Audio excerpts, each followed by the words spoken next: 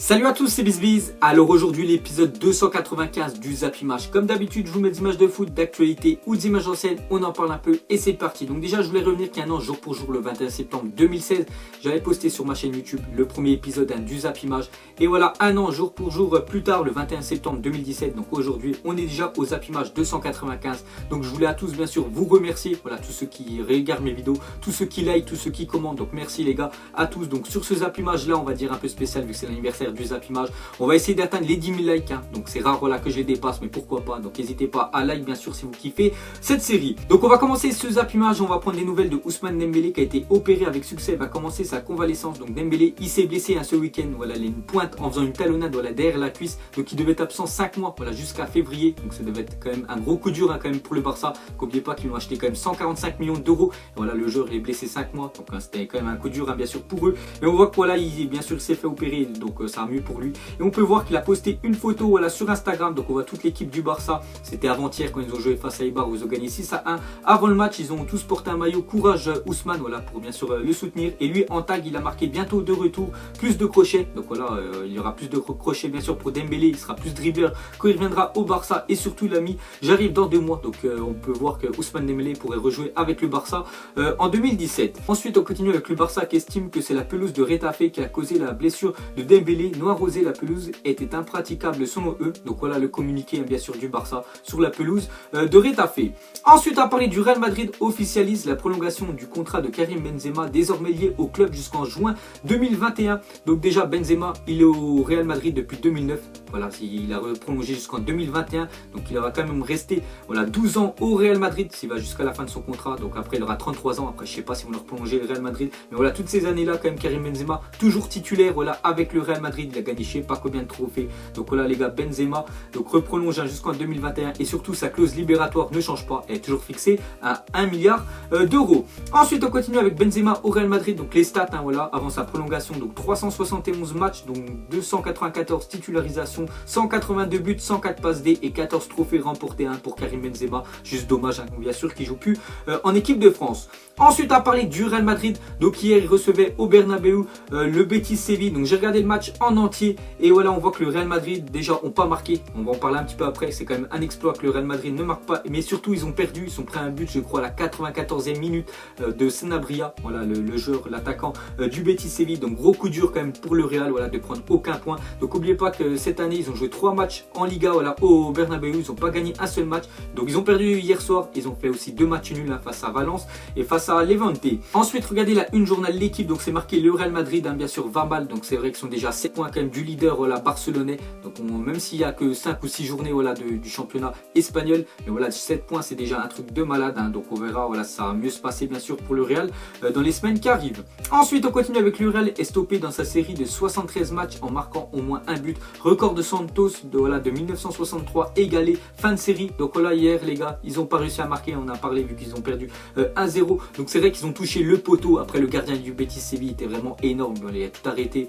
c'était vraiment un truc de malade. Donc ils n'ont pas marqué, ça faisait quand même 73 matchs d'affilée, je crois que ça faisait plus de 2 ans voilà, qu'à chaque fois, chaque rencontre qu'ils disputaient, que ce soit Ligue des Champions, Copa del Rey ou même la Liga, chaque fois ils marquaient un but. Et voilà, on voit que le record hein, bien sûr ne sera pas battu, il saurait égaler le record de Santos.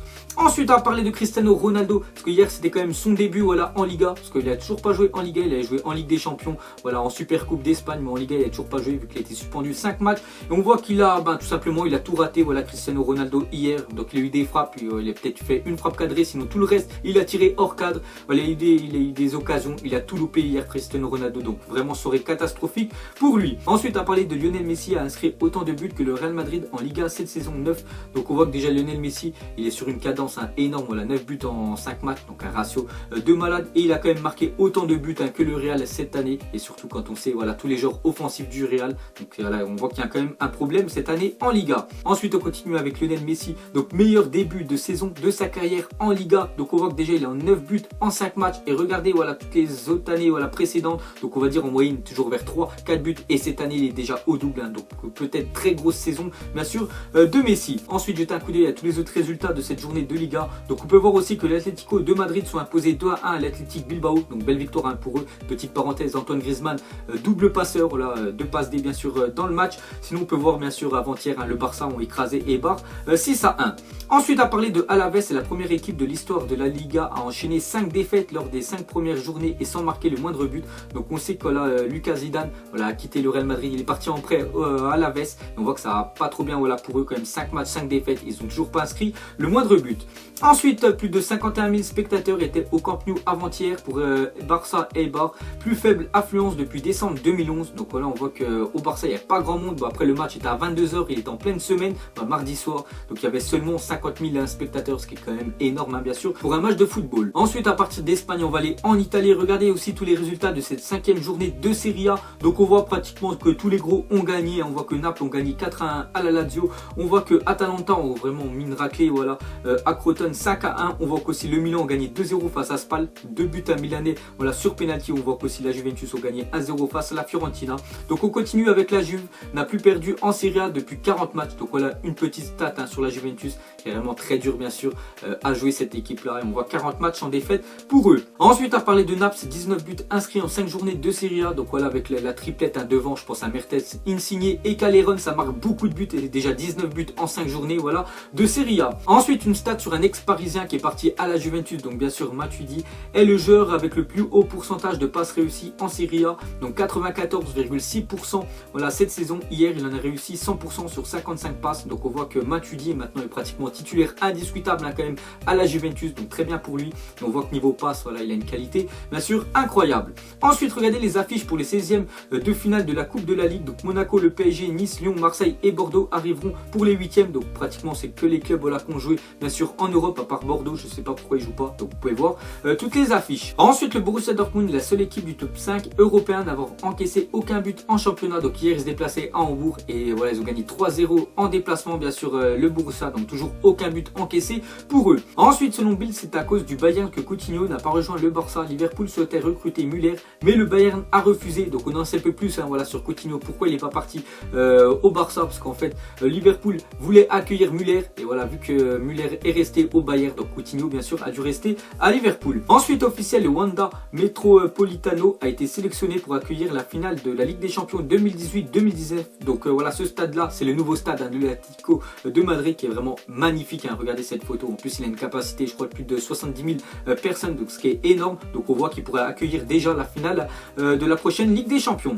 Ensuite, une déclaration de Jardim. Donc il a dit c'est à l'entraîneur de donner les consignes pour tout, qui va jouer, qui va frapper les corners, qui va frapper les pénaltys. Donc voilà, il a fait une petite déclaration par rapport à ce qui s'est passé au Paris Saint-Germain dimanche soir face à Lyon, quand voilà, Neymar et Cavani bien sûr voulaient tirer le péno. Ensuite, une déclaration de Diego Forlán, ancien attaquant, voilà, de l'Atlético de Madrid. Donc il a fait une déclaration intelligente et pleine de vérité à propos, voilà, de ce qui s'est passé entre Neymar et Cavani. Donc il a dit il doit le respect à Cavani, il n'aurait jamais eu cette attitude envers Messi.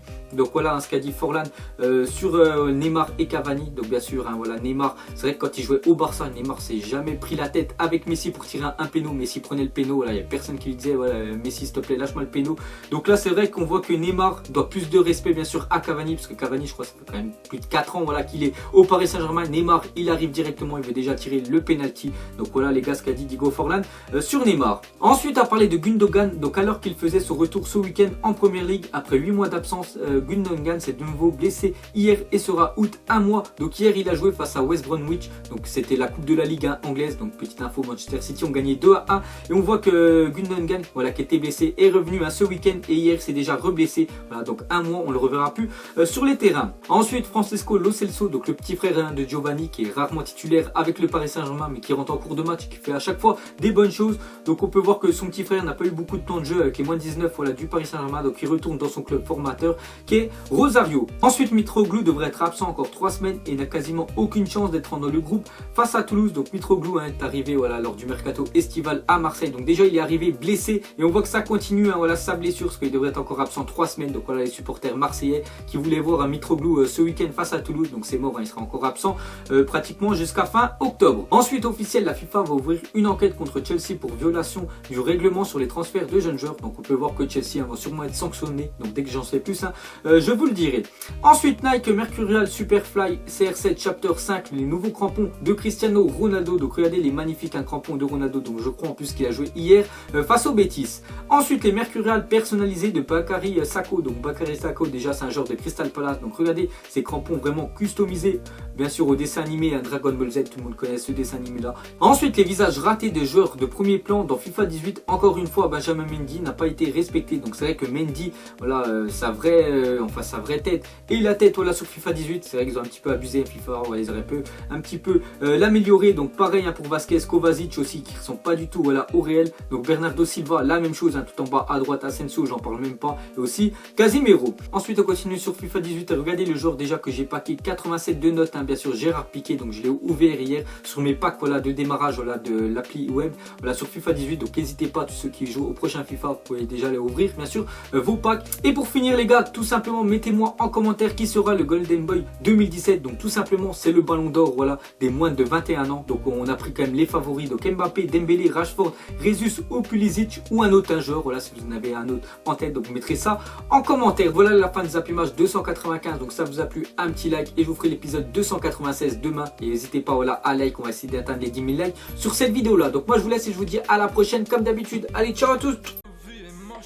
Donc on l'a maquillé avec des mensonges. Ego son âme est moche, plus qu'à la maquiller avec des mensonges. Je sais pas ce qui se passe dans ma tête. Parfois je voudrais sauver la terre, parfois je voudrais la voir brûler. Ça va pas trop, je roule en terre.